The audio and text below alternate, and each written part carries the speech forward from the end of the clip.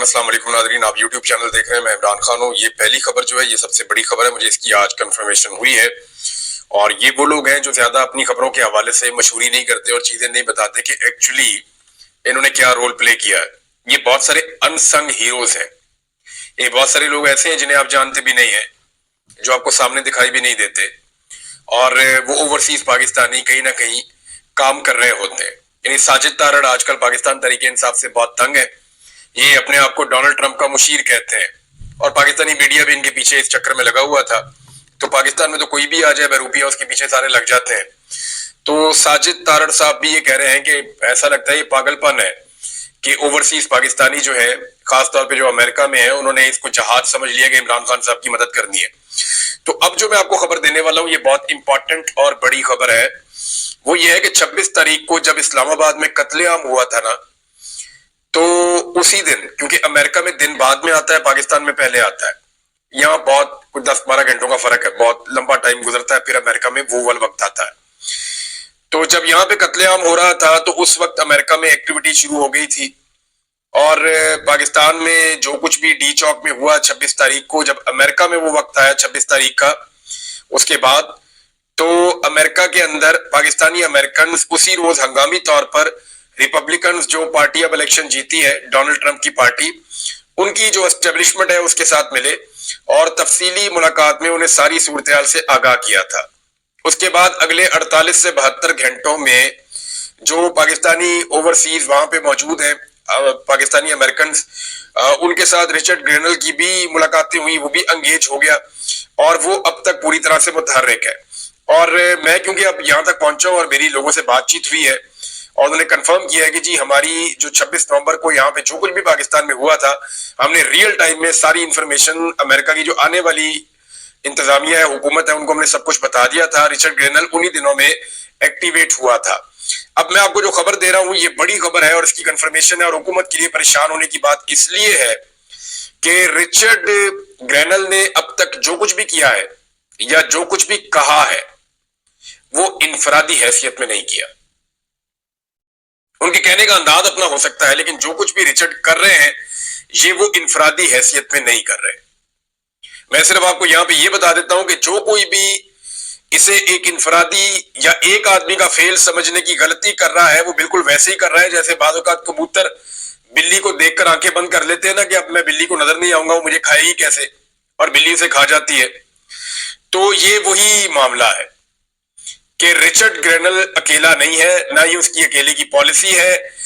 بلکہ یہ معاملہ ریپبلکن کی جو اسٹیبلشمنٹ ہے ان کے سامنے رکھا گیا تھا، اور انہوں نے اصولی طور پہ پاکستانیوں کے ساتھ کھڑے ہونے کا فیصلہ کیا تھا، اسپیشلی یہ جو انسانی حقوق کی خلاف ورزیوں کے معاملات ہو رہے ہیں پاکستان میں اس حوالے سے۔ اب اس پہ جو ہے وہ حکومت بہت پریشان ہے، اور اتنی پریشان ہے کہ انہوں نے ایک نیا بیانیہ بنانا شروع کر دیا ہے۔ اس بیانیے کو میں ون لائنر میں آپ کو اگر سمجھاؤں تو وہ یہ ہے کہ جب بھی پاکستان کے اوپر باہر سے انسانی حقوق کی خلاف ورزیوں کے حوالے سے کوئی دباؤ آئے گا تو پاکستانی حکومت اس کو قرار دے گی پاکستان کے ایٹمی اثاثوں پر حملہ۔ مثال کے طور پہ مجھے غائب کر دیا گیا، کسی اور صحافی کو خدا نخواستہ غائب کر دیا گیا، کسی شخص کے اوپر جھوٹا مقدمہ بنا دیا گیا، لوگوں کو گولیاں خدا نخواستہ مار دی گئی، یا کوئی بھی ظلم اور جبر پاکستان میں پاکستان کی موجودہ حکومت جب بھی کرے گی تو باہر سے دنیا سے جب بھی اس کے خلاف آواز اٹھائی جائے گی تو پاکستانی حکومت اب یہ کرے گی، دیکھیں جی ہمارے ایٹمی اثاثے خطرے میں پڑ گئے، دیکھیں جی ہماری قومی سلامتی خطرے میں پڑ گئی۔ انہوں نے اب ایک نیا فارمولا اپنایا ہے جو پاکستان کی اسٹیبلشمنٹ وہ یہ نہیں کر رہی، کیونکہ امریکہ کے خلاف پاکستان کی اسٹیبلشمنٹ میں نے آپ کو بتایا کبھی نہیں جاتی، وہ کبھی بھی امریکہ کے خلاف پاکستان کی ملٹری اسٹیبلشمنٹ اسپیشلی کبھی نہیں جائے گی۔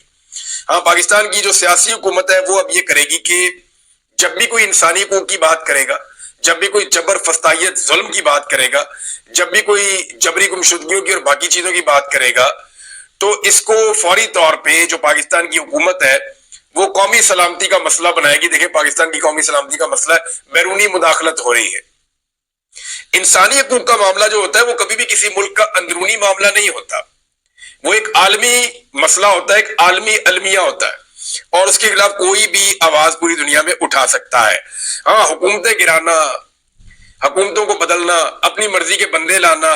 کسی ملک کے اندر اڈے چھین لینا، ڈرون حملے اس ملک کے اندر ہونا، اس ملک کے اندر ایسے آپریشنز ہونا جس سے اس ملک کے امن و امان کو خطرہ ہو رہا ہو، یا اس ملک کی پالیسیز کو بنانا، یہ وہ ساری چیزیں ہیں جو غلط ہے، یہ وہ ساری چیزیں ہیں جو مداخلت ہے اس ملک کے اندرونی معاملات کے اندر، جیسا کہ وہ سائفر والا معاملہ آپ کو اچھی طرح یاد ہے۔ اب یہ انسانی حقوق والے معاملے کو ایسے استعمال کریں گے۔ ایک اور چیز ہے، ایاز صادق صاحب نے ایک سٹیٹمنٹ دیا، میں یہاں پہ پہلے ہی آپ کو بتا دیتا ہوں، یہ بھی کیونکہ بیانیے کی بات ہو رہی ہے نا، تو بیانیے انہوں نے بنایا ملک پر پابندیوں کی حمایت کرنے والے پاکستانی نہیں ہیں۔ ایک تو ایاز صادق صاحب، پاکستان میں کسی نے بھی ان جو پابندیاں لگی ہیں ان کی حمایت نہیں کی، صرف ایک پولیٹیکل پارٹی ہے جس نے کھل کر اس کی مخالفت کی اور پہلے منٹ سے کی، یعنی انہوں نے سوچا بھی نہیں، انہوں نے مشورہ بھی نہیں کیا، انہوں نے مخالفت کر دی، جو جہاں بیٹھا ہوا تھا اس نے وہیں سے مخالفت کر دی، اور وہ پاکستان تحریک انصاف ہے۔ جو پاکستان کے اوپر پابندیاں لگی ہیں مسائلوں کے حوالے سے، اس پہ بطور پولیٹیکل پارٹی اگر کسی نے مذمت کی ہے تو وہ پاکستان تحریک انصاف نے کی ہے۔ اب ایاز صادق صاحب کہہ رہے ہیں کہ پابندیوں کی حمایت کرنے والے پاکستانی نہیں ہیں۔ میں ایک اور بات کہنا چاہتا ہوں کہ جو پابندیوں پر خاموش رہے کیا وہ محب وطن پاکستانی ہے؟ نواز شریف ان پابندیوں پہ چپ، شہباز شریف ان پابندیوں پہ چپ، اسحاق ڈار ان پابندیوں پہ چپ، حمزہ شہباز ان پابندیوں پہ چپ، مریم نواز ان پابندیوں پہ چپ، کیپٹن صفدر ان پابندیوں پہ چپ، پی ایم ایل این کی ساری قیادت زیادہ تر وہ ان پابندیوں پہ چپ۔ تو کیا یہ چپ رہنے والے، جب پاکستان کے ساتھ زیادتی ہو رہی ہے اس کے اوپر جو لوگ خاموش رہ رہے ہیں، کیا وہ محب وطن پاکستانی ہیں، یا وہ لوگ محب وطن پاکستانی ہیں جو ان پابندیوں کے خلاف آواز اٹھا رہے ہیں؟ یہ بات میں نے سوال میں سے اٹھایا، اداروں میں بیٹھے ہوئے لوگ بھی سوچے ہیں کہ انہوں نے کس طرح کا تجربہ کیا ہے، مزہ تو بہت آ رہا ہوگا انہیں۔ ایک ناظرین اور خبر ہے، اور یہ ایک باریک واردات ہے جو میں نے پکڑی ہے۔ یہ حافظ نعیم الرحمان صاحب ہیں، جماعت اسلامی کے امیر ہیں، میرا ان سے بہت اچھا تعلق ہے، لیکن انہوں نے غالباً اسٹیبلشمنٹ کے کہنے کے اوپر ایک سٹیٹمنٹ دیا ہے۔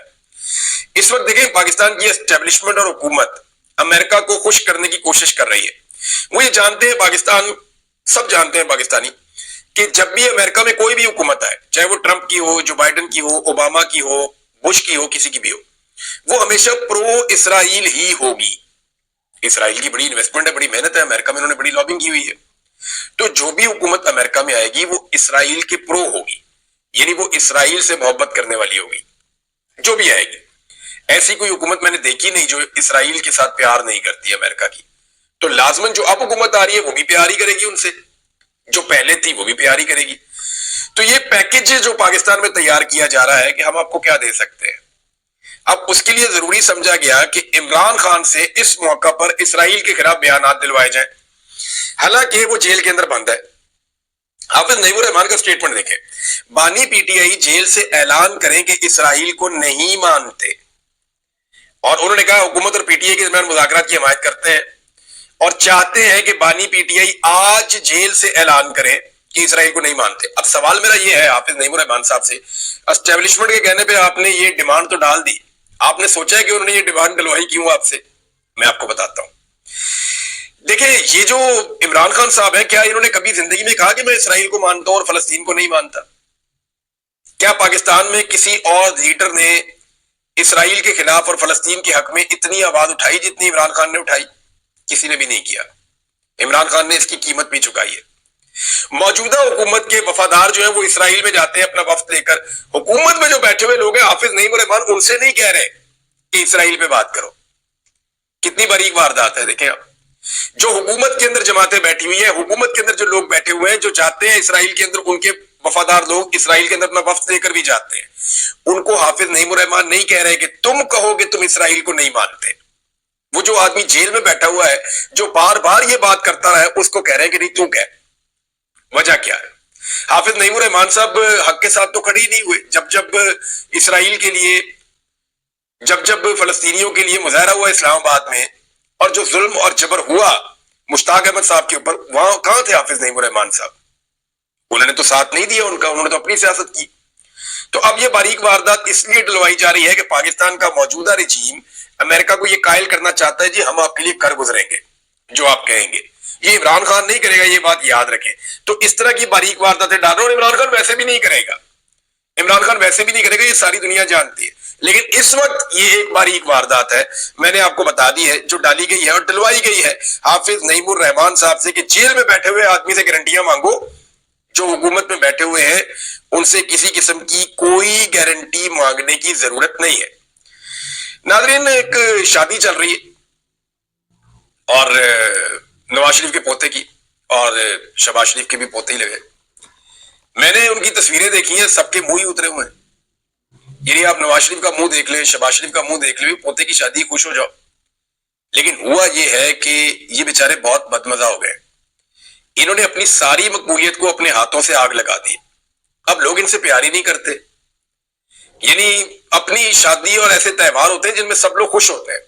لیکن اگر آپ نواز شریف کی تصویریں نکال کر دیکھیں تو حالت یہ ہو گئی ہے ان کی کہ وہ ان کے چہرے پہ خوشی نظر ہی نہیں آ رہی۔ شادی کے اندر بھی وہ گواچی گاں کی طرح اداس پھر رہے ہیں۔ وجہ کیا ہے؟ وجہ یہ ہے کہ اب انہوں نے اپنی پارٹی کی وہ حالت کر دی ہے کہ یہ اسٹیبلشمنٹ کی مدد کے بغیر اپنے کونسلرز کو بھی الیکشن نہیں جتوا سکتے۔ ایسا بیڑا غرق کیا میاں نواز شریف صاحب نے اور ان کی بیٹی نے اپنی پولیٹیکل پارٹی کا۔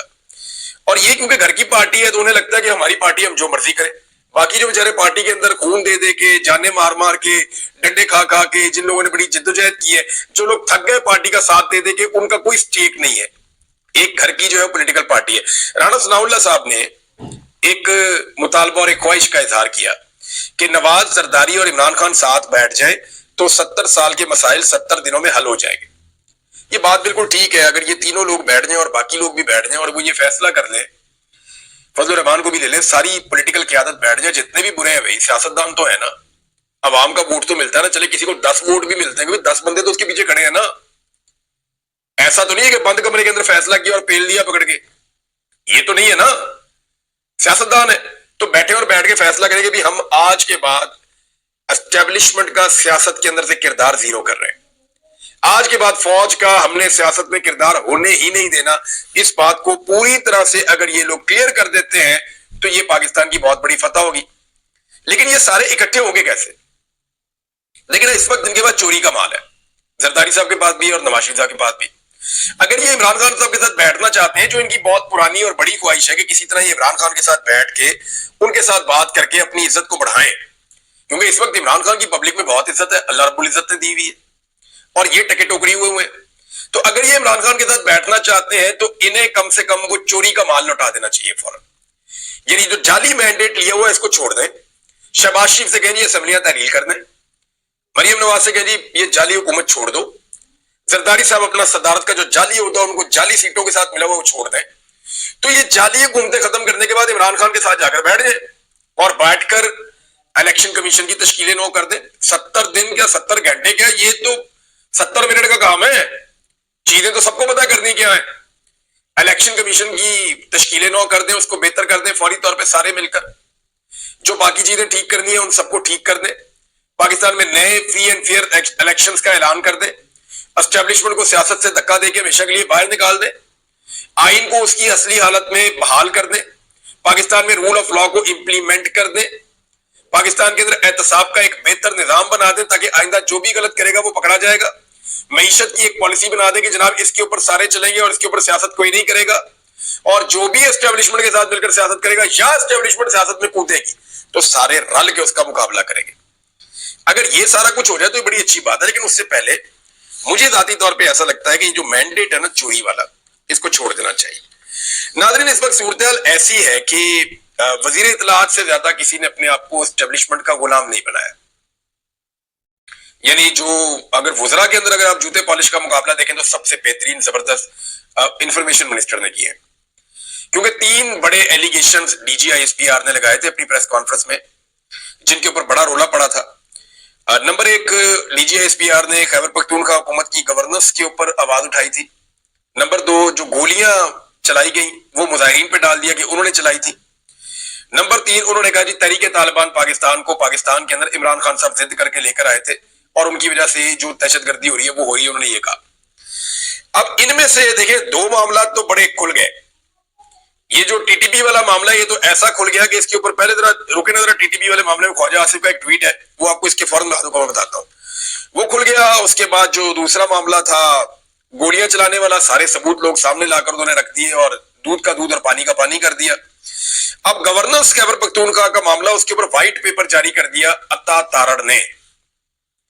عطا تارڑ نے وائٹ پیپر جاری کیا. میرے خیال میں مجھے سننے کی آپ کو ضرورت نہیں. اب طارق متین صاحب کا ویلاگ نکالیں, انہوں نے پورا کا پورا پوسٹ مارٹم ہی کر دیا ہے. میں نے وہ سنا ہے, انہوں نے کمال ریسرچ کر کے اڑا کے رکھ دیا ہے سارا کا سارا وائٹ پیپر جو عطا تارڑ لے کر آئے تھے. لیکن اس وقت اگر بدترین کارکردگی کہیں پہ ہے پاکستان میں تو وہ فیڈرل گورنمنٹ کی اور پنجاب حکومت کی ہے, جنہوں نے مثالیں قائم کر دی ہے. ایون کشمیر کے اندر بھی جو وزیر اعظم لائے وہ ایک تحفہ, جس کو خواجہ سعد رفیق نے کہا تھا کہ یہ کیا تحفہ لا کے بٹھا دیا, وہ ٹھیک کہہ رہے تھے بیچارے, تو اس نے بھی جو تباہی پھیری ہوئی ہے. تو اگر پاکستان تحریک انصاف وائٹ پیپر خود نہیں لا سکتی ان کے خلاف, تو یہ تو نکما پانی ہے نا.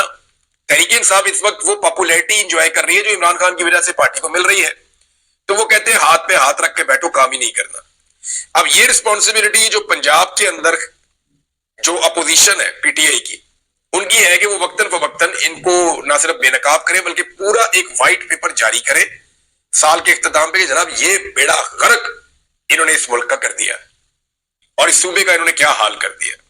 یعنی ہر چیز میں انہوں نے عمران خان کی نقل کر دی. اب وہ کٹے بچے عمران خان صاحب کا, آپ کو یاد ہے ایک پروگرام تھا جس کا مریم نواز بہت اور مریم اورنگزیب اور باقی سارے بہت مذاق اڑاتے تھے کہ عمران خان گائیاں ویسے کیوں دیتا ہے لوگوں کو, اور یہ اس کے ساتھ معیشت کیا ٹھیک ہو جائے گی. تو اب مریم نواز نے بھی وہی پروگرام جو ہے وہ اپنا لیا ہے, اور اس پروگرام کے جو اشتہارات ہیں وہ چھپنا شروع ہو گئے. مریم نواز بھی اب گائیاں بانٹنے گی. عمران خان صاحب کا جو ویژن ہے نا, اس کی ایک ایک چیز کو یہ مل کر اب آہستہ آہستہ فالو کر رہے ہیں. اچھا جی, میں آپ کو یہ بتا رہا تھا کہ بدترین کارکردگی کے باوجود یہ پاکستان تحریک انصاف کی ذمہ داری ہے نا کہ وہ وائٹ پیپر جاری کرے. وہ بتائیں کہ معیشت کا کیا کباڑا کیا شہباز شریف نے, وہ بتائیں نا کہ گروتھ کہاں پہ چلی گئی, وہ بتائیں نا جی ڈی پی کے ساتھ کیا ہوا, وہ بتائیں نا پاکستان میں عام آدمی کی معیشت کا کیا ہوا, وہ بتائیں نا پاکستان کے اندر اس ایک سال کے اندر مہنگائی کتنی بڑی اور کس چیز کی قیمت میں کتنا اضافہ ہوا. پھر وہ تقابلی جائزہ کریں عمران خان کے دور کے ساتھ. تو وائٹ پیپر جاری کرنا ایکچولی اپوزیشن کا کام ہوتا ہے, لیکن یہاں ایک عجیب روایت ہے کہ حکومت اپوزیشن کی جماعت کے ایک صوبے کے اندر جو حکومت ہے اس کے خلاف وائٹ پیپر جاری کر رہی ہے. آپ اندازہ کریں کتنی اگریسو حکمت عملی ہے موجودہ حکومت کی, اور دیوار کے ساتھ لگے ہوئے ڈرے اور سہمے ہوئے ہیں پاکستان تحریک انصاف کی لیڈرشپ. حالانکہ کارکن ان کے بڑے تگڑے ہیں, وہ سوشل میڈیا کے اوپر جواب بھی دیتے ہیں, لیکن لیڈرشپ جو ہے وہ ان کو یہ کام کرنا چاہیے تھا, وہ نہیں کر پائے. سول نافرمانی کی تحریک کے اوپر میں نے آپ کو پہلے کہا تھا کہ اس سال ریمیٹنسز آئے ہیں. ان کی وجہ یہ ہے کہ پاکستان میں حالات بدترین تھے, زمینوں کی قیمتیں بالکل زمین پہ چلی گئی, کوئی خرید و فروخت نہیں ہو رہی تھی, تو اس لیے لوگوں نے زمینیں, بند ہونے والی فیکٹریاں اور بہت ساری چیزیں باہر سے پیسہ بیچ کر خریدی ہیں تاکہ جب حالات ٹھیک ہوں گے تو ہم ان کو استعمال کر لیں گے. تو اس لیے ریمیٹنسز کچھ زیادہ آئے ہیں پاکستان میں, لیکن یہ سب عمران خان صاحب کی کال سے پہلے تھا. اب کال عمران خان صاحب کی اس ہفتے آئی ہے اور اسی ہفتے یہ سال ختم ہو گیا, تو اس ڈیٹا کی بنیاد کے اوپر اب سارے کہہ رہے ہیں نہیں جی نہیں, دیکھیں یہ پتہ چلے گا جب جنوری کا پورا مہینہ اگر یہ کال رہتی ہے, عمران خان صاحب اس کو واپس نہیں لیتے, اور پورا مہینہ اگر یہ کال چلتی ہے تو پچھلے سال کے جنوری کے ڈیٹا کے ساتھ آپ اس سال کے ڈیٹا کو کمپیئر کریں گے, آپ کو پتہ چل جائے گا کہ عمران خان صاحب کی کال کامیاب ہوئی ہے یا نہیں ہوئی ہے. بڑے آرام سے آپ کو پتہ چل جائے گا, آپ کو کچھ اور کرنا بھی نہیں پڑے گا. عامر مغل صاحب نے ناظرین ایک بہت بڑا دعویٰ کیا ہے اور میں آپ کو پڑھ کے سنانا چاہتا ہوں. عامر مغل صاحب نے ٹی وی چینل کے اوپر بیٹھ کر یہ بات کی ہے, اور جو انہوں نے بات کی ان کے جو الفاظ ہیں وہ یہ ہیں کہ میں آپ کے سامنے بیٹھ کر بتا رہا ہوں کہ ہمارے نوجوانوں کو رینجرز اور فوج کے جوانوں نے مارا ہے, فوج کے سنائپرز نے مارا ہے, اور محسن نقوی اور شہباز شریف کے حکم پر مارا ہے. آپ میری ایک گزارش مان لیں, 24 سے 27 نومبر کی پمز اور پولی کلینک اسپتال, جنا ایونیو اور بلو ایریا کی C C T V footage release کر دیں تاکہ قوم کو پتہ چل جائے کہ کون جھوٹا ہے اور کون سچا ہے. اب یہ سی سی ٹی وی فوٹیج تو آپ کو ملنی نہیں ہے, اور مبینہ طور پہ جو ویڈیو بھی موجود ہیں شوکت بسرا صاحب کے پاس, اور میری اطلاع کے مطابق پارٹی کی قیادت نے شوکت بسرا صاحب سے وہ ویڈیوز مانگ بھی لی ہیں کہ ان کو محفوظ کیا جائے اس سے پہلے کہ ان کے پاس سے ادھر ادھر ہو جائے, اور ان لوگوں کو بھی محفوظ کرنے کی وہ کوشش کر رہے ہیں, لیکن وہ لوگ گھیرے میں, یعنی جن لوگوں نے یہ بیانات دیے, جنہوں نے یہ بتایا کہ انہوں نے کتنی لاشیں دیکھی پمز اسپتال میں, ان کے اپنے پیارے کو جو لایا گیا راشد کو, اسے گولی لگی تھی, اس کا ایکسیڈنٹ نہیں ہوا تھا اور اس کی موت تازہ نہیں تھی, بہت پرانی تھی, اس کی لاش اکڑی ہوئی ان کو ملی ہے, اور انہوں نے کہا ایک بکسے کے اندر 3 لاشیں پڑی ہوئی تھی. حالانکہ اتنے سارے بکسے ہیں, کیا باقی بکسے خالی چھوڑے ہوئے تھے یا ان کے اندر سبزی سنبھالی ہوئی ہے انہوں نے؟ بھی لاشیں ہی رکھتے ہیں نا ان بکسوں کے اندر, یہ جو مردہ خانہ ہوتا ہے وہاں پہ. تو ایک